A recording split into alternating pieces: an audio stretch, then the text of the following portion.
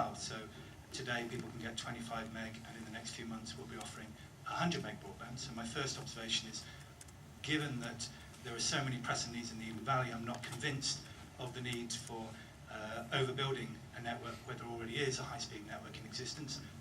I think my second point is, about 2 years ago, we worked with the Bank of Scotland and we developed a very compelling case to deploy fibre to the cabinet across our whole region, which was about 200,000 homes we were looking at then, where we were going to put fibre to the BT cabinet before it was a product from BT. And we got to pay back in about 6 years.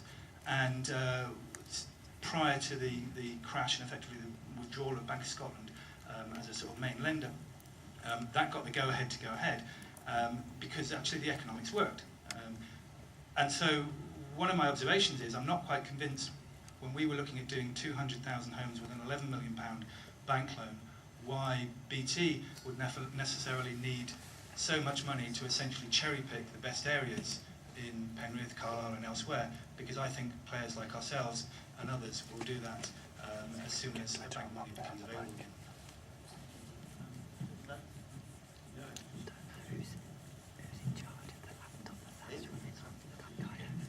Freddie Markham, travelling to one of the companies that's featured on the display boards. Obviously very keen that we should get this as soon as everybody. We've heard of the big society, we've heard that Eden Valley, around Crosby Ravensworth, the local village, is there's going to be a pilot, a sample of what can be done in the country. Just want to know what as a community we can do to help this process without, it obviously needs to be as cheap as possible. Things can be done to make it as cheap as possible. We don't want to raise public money to things that would have happened anyway. We don't want to put our private money into things that would have happened anyway. But what does the panel think is the thing that would make them come to one community rather than others? Is there anything we can do to help them? Thank you very much. And this gentleman here, I think this is probably all we have time for, I'm afraid, before lunch. Ian Threlfall, when at CIC, we actually did the first fibre to the home in a rural community.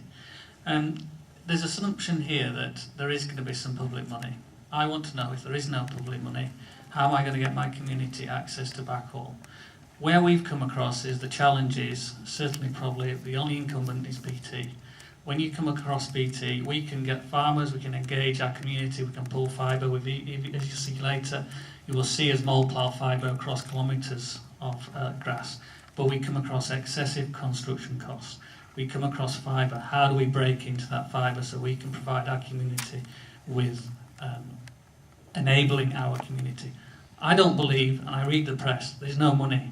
I don't believe there's going to be any money for some of this. How can we as a community make sure that we can get access to your networks? Thank you, gentlemen here, and then we're going to take each person in turn. Very short question, please. Thank you, Rory. The very short question is just an out-of-the-box thought about linking investment and ways to encourage people to develop fibre to the home in rural areas, and whether that can be linked to similar schemes for investment for sustainability around energy. Okay, so if we could please ask the panelists each to respond, but to limit themselves, I'm afraid, to 60 seconds, to a minute each, starting maybe with Bill and then working across from right to left. Do I get 60 seconds per question? Well, I'm afraid everyone has to eat their lunch, so if... I haven't given a price for this, but we're going to cover 75,000 premises. There is £30 million available for the pilot projects. And whether there's 3 or 4, I think you have no better representative than Rory arguing your case with BDUK that they should be, that you should be one of the ones selected, and then you immediately go to tender to see if what the market can say. You know, I'll just make one comment because, you know, working in Northern Ireland and other remote areas, there's a lot of money go out every year in way leaves to farmers in particular. All right. And we're not adverse for people, you know, people want to dig up their own land, happy to have a chat. We used to do that all the time in Northern Ireland, all right? I worry when people dig up roads because there's a sustainability angle, and it's a big sustainability angle because roads move, things happen on them. you have to fix things. There's more water damage done to there's more damage done to fiber networks in the UK by water main breaks than anything else every day. All right, and cars hitting green cabinets and things like that. So, but as we've made a commitment to Rory, as I do to you. We're happy to explore, and it's very hard for me to comment about excess construction and what your charges are, but I'm happy to take it away and look at these things. There are people in the audience I already work with to try to help them, all right, and that's what we're prepared to do. Fantastic. Chris, next. Okay, 60 seconds. So this one will be quickly. The energy one, that's a huge area, but fibre rollouts in other countries are fundamentally linked into smart metering programs and the rest. There's a lot that can be done there, but the two are very much linked. In terms of how to get backhaul into current areas, if nothing's there, I mean, certainly speaking on behalf of one of the providers of fibre through the area right now, just talk to us about it. We've got a number of both wireless backhaul solutions, including incorporating projects like that. So, we'd love to talk perhaps afterwards. In terms of what community can do, I think that's a fantastic question. A lot is the answer. If you look at the ReggaFiber project in the Netherlands, and that started with a community initiative in a place called Neunen, where they now have a fibre network that covers 90% of the town. And it was very much led by local people coming together and showing that there was demand.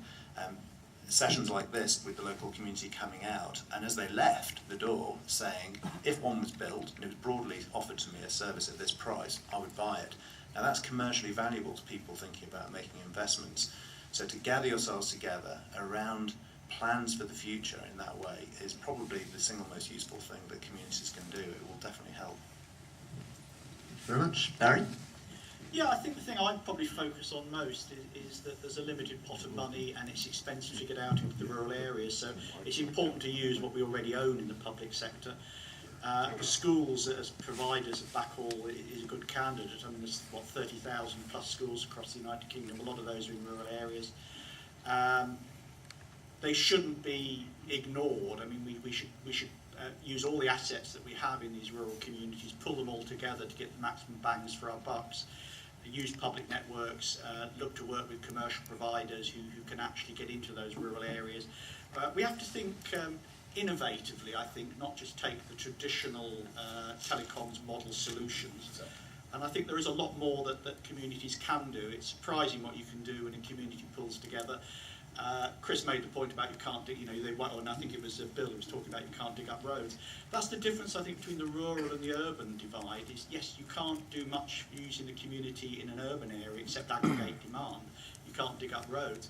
When you get out to the rural areas, you can do a lot more than aggregate demand and work together. You can get farmers to agree to give waylead. You can dig things yourself. So we have some disadvantages in the rural areas. We have some advantages. What we need to do is work on the advantages.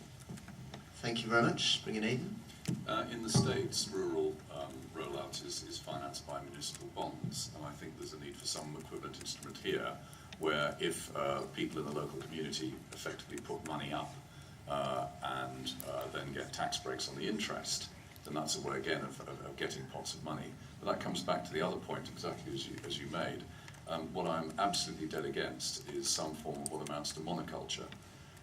It's all very well saying universal access and the rest of it, but the truth of the matter is, if there's a single solution provided by a single carrier, what you get is the lowest common denominator, not the best.